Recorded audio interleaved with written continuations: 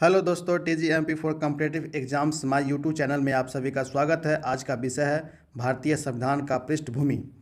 दोस्तों, वीडियो शुरू करने से पहले आप लोग से गुजारिश है कि वीडियो को एक लाइक अवश्य करें दोस्तों, और अपने दोस्तों के बीच शेयर जरूर करें।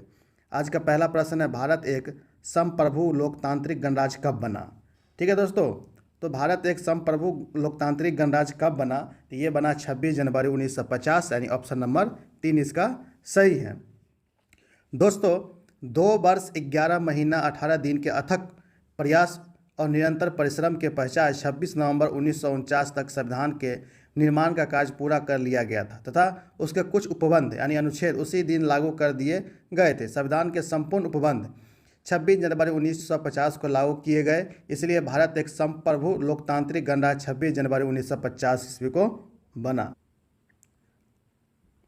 नेक्स्ट क्वेश्चन दोस्तों, भारत का संविधान डैश 1950 को लागू हुआ? ठीक है दोस्तों, तो ये लागू हुआ 26 जनवरी 1950 को लागू हुआ था, तो इसका राइट आंसर हो जाएगा 26 जनवरी को। ठीक है दोस्तों, 26 जनवरी को ये लागू हुआ।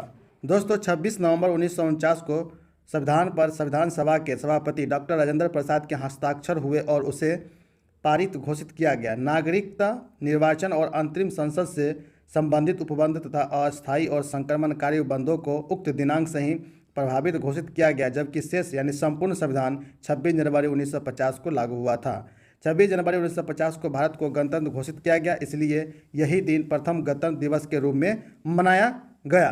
दोस्तों, ये भी क्वेश्चन पूछता है कि प्रथम गणतंत्र दिवस भारत ने कब मनाया? तो 26 जनवरी 1950 को। ठीक है दोस्तों, विश्व में निम्नलिखित संविधान किस देश में सबसे विस्तृत है? यानी विश्व में लिखित संविधान किस देश का सबसे बड़ा है, विस्तृत है दोस्तों? तो यह है अपना देश भारत का सबसे बड़ा संविधान है। ठीक है दोस्तों, आज का नेक्स्ट क्वेश्चन है दोस्तों कि किस देश ने सबसे पहले विश्व को लिखित संविधान दिया? किस देश ने सबसे पहले देश को लिखित संविधान दिया? ठीक है दोस्तों, तो ये दिया था आपको अमेरिका ने। ऑप्शन नंबर 2 इसका सही हो जाएगा दोस्तों। फिलाडेल्फिया सम्मेलन द्वारा अमेरिका के संविधान का निर्माण 1787 ईस्वी में किया गया था। यानी फिलाडेल्फिया सम्मेलन द्वारा अमेरिका के संविधान का निर्माण 1787 ईस्वी में किया गया था तथा नवनिर्मित संविधान के अनुसार निर्वाचित सरकार ने 4 मार्च 1789 से कार्य करना आरंभ कर दिया। इस प्रकार विश्व का प्रथम निर्मित एवं लिखित संविधान का निर्माण अमेरिका में हुआ था। कब? तो 1789 में। ठीक है, नेक्स्ट क्वेश्चन दोस्तों, संविधान की संरचना की परिकल्पना का उद्भव सबसे पहले कहाँ हुआ? तो ये सबसे पहले हुआ था ब्रिटेन में। कहाँ हुआ था? ब्रिटेन में। ब्रिटेन में सबसे पहले संविधान की संरचना की परिकल्पना ब्रिटेन ने 1608 ईस्वी में की थी, जिसे मूर्त रूप ग्रेट ब्रिटेन के प्रभाव वाले जॉर्जिया अमेरिका ने दिया गया था। ठीक है दोस्तों, आज का नेक्स्ट क्वेश्चन है दोस्तों, निम्नलिखित में से भारतीय संविधान के ऊपर सबसे अधिक प्रभाव पड़ा? यानी भारतीय संविधान में सबसे अधिक प्रभाव किसका पड़ा? तो ये पड़ा भारत सरकार अधिनियम 1935। ऑप्शन नंबर 1 सही हो जाएगा। ठीक है दोस्तों, भारत के संविधान का एक बहुत बड़ा अंश 1935 के भारत सरकार अधिनियम पर आधारित है। अधिनियम की लगभग 200 धाराएं बहुत कुछ अक्षरतः या वाक्य रचना में साधारण परिवर्तन करके संविधान में ले ली गई है। डॉक्टर पी देशमुख के शब्दों में संविधान 1935 का भारत सरकार अधिनियम ही है, सिर्फ वयस्क मताधिकार को जोड़ दिया गया है। आज का नेक्स्ट क्वेश्चन है, सार्वजनिक हित याचिका की संकल्पना की शुरुआत कहाँ हुई? सार्वजनिक हित याचिका की, ठीक है दोस्तों, PIL की शुरुआत सबसे पहले कहाँ हुई? तो ये हुआ था USA में, यानी इसका ऑप्शन नंबर 3 सही हो जाएगा। लोकहित मुकदमा यानी PIL की संकल्पना का आरंभ संयुक्त अमेरिका में हुआ था। यह संकल्पना न्यायिक पूर्वावलोकन की संकल्पना से उद्भूत हुई थी। ठीक है दोस्तों, आज का नेक्स्ट क्वेश्चन दोस्तों, भारत का संविधान भारत को कैसे वर्णित करता है? तो भारत का संविधान भारत को राज्यों के संघ के रूप में वर्णित करता है। ऑप्शन नंबर 2 इसका सही हो जाएगा दोस्तों। संविधान के अनुच्छेद 1 के तहत संविधान के अनुच्छेद 1 में भारत को राज्यों का संघ कहा गया है। संघ शब्द का प्रयोग यूनियन के अर्थ में किया गया है। अनेक बार संघीय शब्द का उपयोग फेडरल के लिए भी किया जाता है, किंतु इस शब्द का संविधान में कहीं पर प्रयोग नहीं किया गया, फेडरल। ठीक है दोस्तों, आज का नेक्स्ट क्वेश्चन दोस्तों, बिहार राष्ट्र भाषा परिषद पटना का गठन कब हुआ? तो ये दोस्तों गठन हुआ था 1950 ईस्वी में। ऑप्शन नंबर 3 इसका सही हो जाएगा। बिहार राष्ट्र भाषा परिषद पटना का गठन वर्ष 1950 ईस्वी में किया गया था। फादर कौमिल बुल्के इसके संस्थापक सदस्य थे। ठीक है, आज का नेक्स्ट क्वेश्चन है दोस्तों, भारतीय प्रशासनिक ढांचा का मॉडल निम्नलिखित में से किस देश से लिया गया है? तो प्रशासनिक ढांचा का मॉडल दोस्तों ग्रेट ब्रिटेन से लिया गया। ऑप्शन नंबर 2 सही हो जाएगा। भारतीय प्रशासनिक ढांचा का मॉडल ग्रेट ब्रिटेन से लिया गया है। संयुक्त राज्य अमेरिका से मौलिक अधिकार और रूस से मौलिक कर्तव्य तथा कनाडा से संघीय शासन पद्धति को लिया गया है। ठीक है दोस्तों। आज का नेक्स्ट क्वेश्चन है दोस्तों, निम्नलिखित में से कौन सी एक विशिष्टता संविधान निर्माताओं के द्वारा संयुक्त राज्य अमेरिका के संविधान से ली गई है? तो ये दोस्तों न्यायिक पुनर्वीक्षा, मूलभूत अधिकार, सर्वोच्च न्यायालय के न्यायाधीशों की बर्खास्तगी और उपयुक्त सभी। इसका आंसर दोस्तों हो जाएगा उपयुक्त में से सभी। अमेरिका के संविधान से जो लिया गया है सब दोस्तों, वो लिया गया है संविधान की सर्वोच्चता, न्यायपालिका की स्वतंत्रता, निर्वाचित राष्ट्रपति एवं उस पर महाभियोग उपराष्ट्रपति का पद व राज्यसभा का पादेन सभापति बनाना, उच्चतम एवं सर्वोच्च न्यायालय के न्यायाधीशों को हटाने का प्रावधान संयुक्त राज्य अमेरिका के संविधान पर आधारित है। ये सारे जो बातें हैं वो अमेरिका के संविधान से ली गई थी। ठीक है दोस्तों। आज का नेक्स्ट क्वेश्चन दोस्तों, भारत वर्ष में एक बलशाली केंद्र के साथ संघीय पद्धति की धारणा कहाँ से ली गई है? संघीय पद्धति की धारणा कहाँ से ली गई है? तो ये सब जो लिया गया दोस्तों कनाडा से। ऑप्शन नंबर 4 इसका सही हो जाएगा। ठीक है दोस्तों।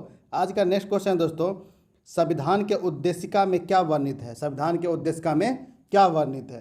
तो ये दोस्तों है सामाजिक, धर्मनिरपेक्ष, लोकतांत्रिक गणराज्य। ठीक है दोस्तों, ये उद्देशिका में वर्णित है, यानी इसका आंसर हो जाएगा ऑप्शन नंबर 2 सही। ठीक है दोस्तों।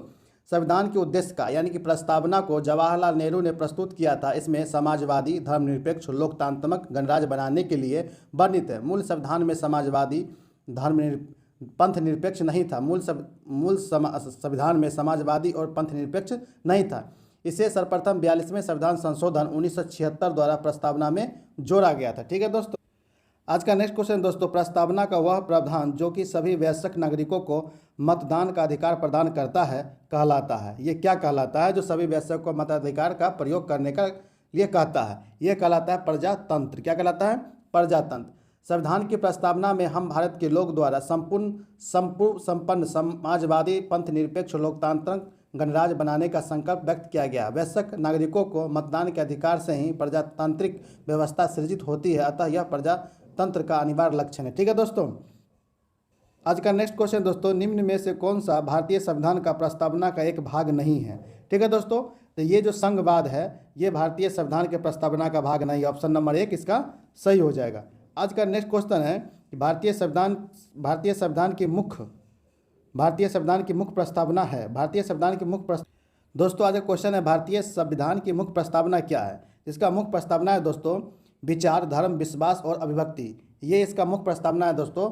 मुख्य प्रस्तावना में दोस्तों नागरिकों को सामाजिक, आर्थिक और राजनीतिक न्याय, विचार, अभिव्यक्ति, विश्वास, धर्म और उपासना की स्वतंत्रता प्रदान की गई है। ये सब बात प्रस्तावना में कहा गया है, लेकिन प्रस्तावना में आस्था, ठीक है दोस्तों, पूजा इत्यादि बात नहीं कही गई थी। इसका राइट आंसर क्या हो जाएगा? विचार, धर्म, विश्वास और अभिव्यक्ति। ठीक है दोस्तों। आज का नेक्स्ट क्वेश्चन है दोस्तों कि निम्नलिखित में से कौन भारत को एक धर्मनिरपेक्ष राज्य बताता है? ठीक है ना। तो ये जो बताता है दोस्तों संविधान की प्रस्तावना, यानी कि ऑप्शन नंबर हो जाएगा इसका 4 सही हो जाएगा। यानी कि भारत को एक धर्मनिरपेक्ष राज्य बताता है। ये क्या बताता है? संविधान की प्रस्तावना। Option number 4।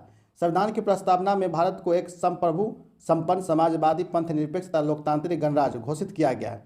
पंथ निरपेक्ष शब्द जो है 42वें संविधान संशोधन अधिनियम 1976 द्वारा प्रस्तावना में जोड़ा गया और प्रस्तावना के अतिरिक्त धार्मिक स्वतंत्रता के मूल अधिकार अनुच्छेद 25 से 28 तक है में भारत को धर्मनिरपेक्ष राज्य बनाया गया। संविधान में धर्मनिरपेक्ष शब्द के स्थान पर पंथ निरपेक्ष शब्द का प्रयोग किया गया। ठीक है दोस्तों। तो संविधान में जो है धर्मनिरपेक्ष के जगह पर क्या रखा गया?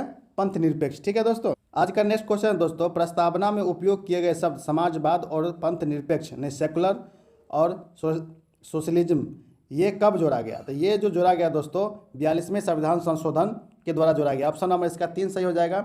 वर्ष 1976 ईस्वी में 42वें संविधान संशोधन द्वारा संविधान की प्रस्तावना में संपूर्ण प्रभुत्व संपन्न लोकतांत्रिक गणराज्य के स्थान पर संपूर्ण प्रभुत्व संपन्न समाजवादी, पंथ निरपेक्ष, लोकतांत्रिक गणराज्य शब्द ये जोड़े गए थे। 3 शब्द जोड़े गए थे, समाजवादी, पंथ निरपेक्ष और लोकतांत्रिक गणराज्य। ठीक है दोस्तों। 42वें संविधान संशोधन 1976 के। नेक्स्ट क्वेश्चन है दोस्तों, संविधान की प्रारूप समिति के समक्ष प्रस्तावना को किसने पेश किया?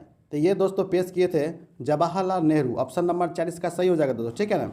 संविधान सभा का विधिवत उद्घाटन सोमवार, यानी संविधान सभा का विधिवत उद्घाटन सोमवार 9 दिसंबर 1946 को प्रातः 11 बजे हुआ था।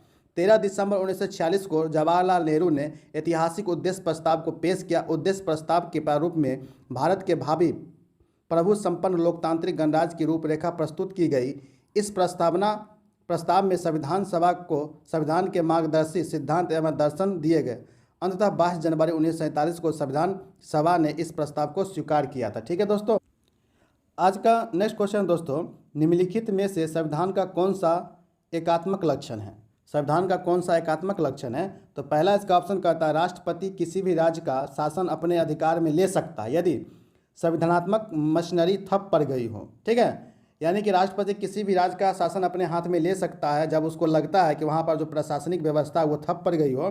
दूसरा कहता है एकल संगठित न्यायपालिका, राष्ट्रीय आपात की घोषणा और ये सभी। तो दोस्तों राष्ट्रपति को हमारे संविधान में अधिकार है कि ये सारे चीज़ें ये ले सकता है। ठीक है दोस्तों, भारत में समुच्चय गणराज्य के लिए एकीकृत न्याय प्रणाली है जो संविधान में एकात्मक लक्षण को दर्शाती है।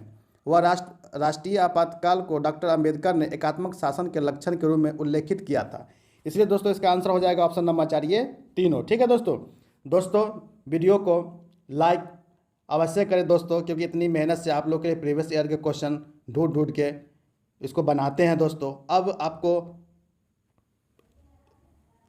आपको जो है संविधान का सीरीज बाय सीरीज 2020 करके क्वेश्चन आपको मिलेगा, जिससे आपको किसी भी एग्जाम में जाइए, ठीक है ना, यहाँ से क्वेश्चन आपको दोस्तों अवश्य ही मैच करेगा। जय हिंद दोस्तों।